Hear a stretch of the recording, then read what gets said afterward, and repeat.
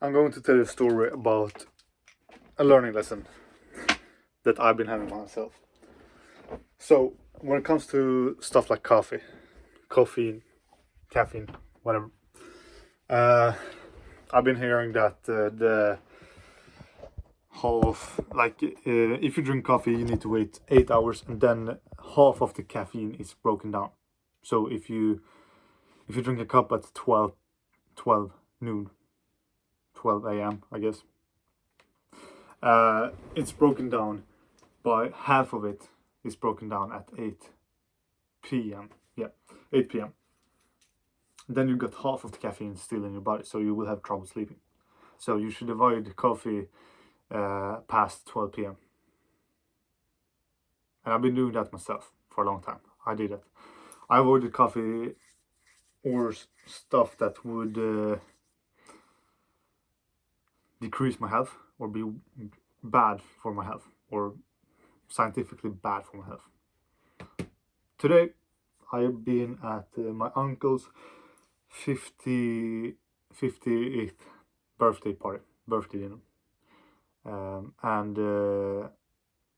we ate, I don't know when we ate at around 7 something, 7 to 8 we ate, let's say.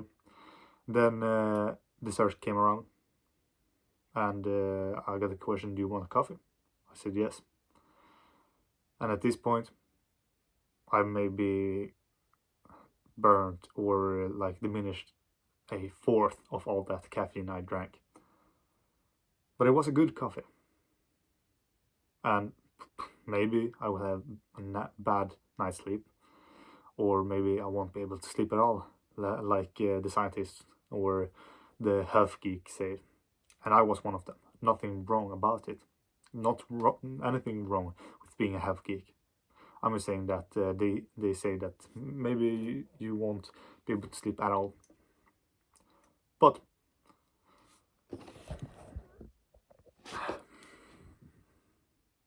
it was fun. And let me tell you something. When you're doing stuff that you're not supposed to, when you're doing stuff that's bad, or that's when you get the most interesting stories. If everything goes to plan, if you're doing everything according to a optimal protocol, sure, you will have a good life, generally. You will have learning lessons, you will have stories to tell, right? Like, sticking to protocol, sticking to all these health things is good, objectively. For me, I would rather have, let's say I can't sleep at all tonight. I would rather have that than having a awesome night's sleep. Because an awesome night's sleep isn't something worthy telling a story about. But having a sleepless night because you drank coffee at your uncle's 15th birthday dinner is much more story worthy, even if that is a lame example, like I drank coffee. But you get what I'm saying. You can have a conversation about it the next day, because next day I'm having a barbecue with my friends, and I could start a conversation about that. Simple stuff like that. You don't need to be the most interesting person in the world. You just got to have some things to talk about. And this going on. Me and my best friend, we've been. I sent him a reel called hobbitmaxing, and ever since we've been trying to side quest as much as we can and trying to do stuff. Let me explain hobbitmaxing for you. So if you ever seen Lord of the Rings, or if you haven't even, it's like these short people going on a quest, going on an adventure. They don't really know. They know the destination, but not really. But they will, and I'm not the biggest Lord of the Rings fan either. I don't know if I'm telling the truth about it, but this is my perception of it. The Hobbit doesn't know where to go, really. She doesn't know what way is the best. what way they can take, or like they don't know anything. They don't got anything planned. They just know that watch out for the bad guys and get to this place. That they doesn't really know where in that place they should be going. Going on an adventure without having anything planned. And it's so much fun. One of the biggest adventure of my life was something that we called Project Foot Cramp. It was me and 6 other guys who never met, or I knew one of the guys. It's my best friend, and he knew me. The rest of the guys didn't know each other, except 2 other guys. They knew each other as well, but it was the first time of meeting 5 of these people for me, and for the majority of the people on this hike, it was the first time for them as well. We walked 93 kilometers during the span of 6 days with strangers. And we didn't hike on a trail or hiking trail that you're supposed to go on hiking on.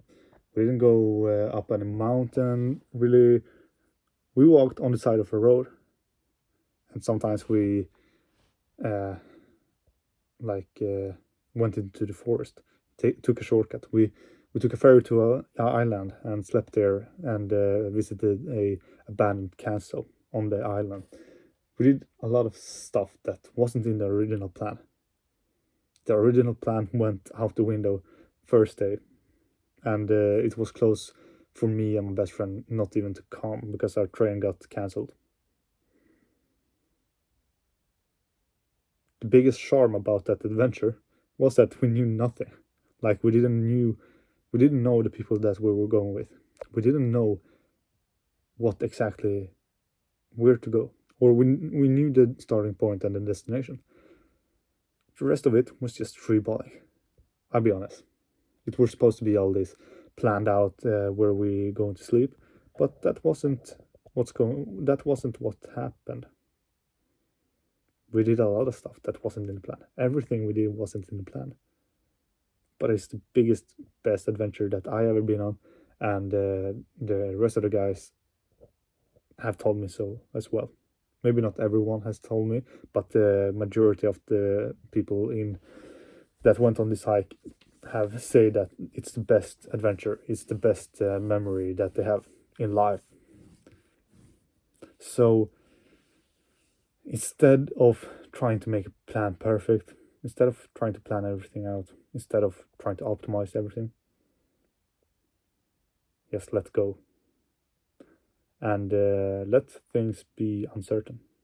It's in the uncertainty that the story gets born. The best story gets born with uncertainty. I'm pretty sure. Anyway, good night.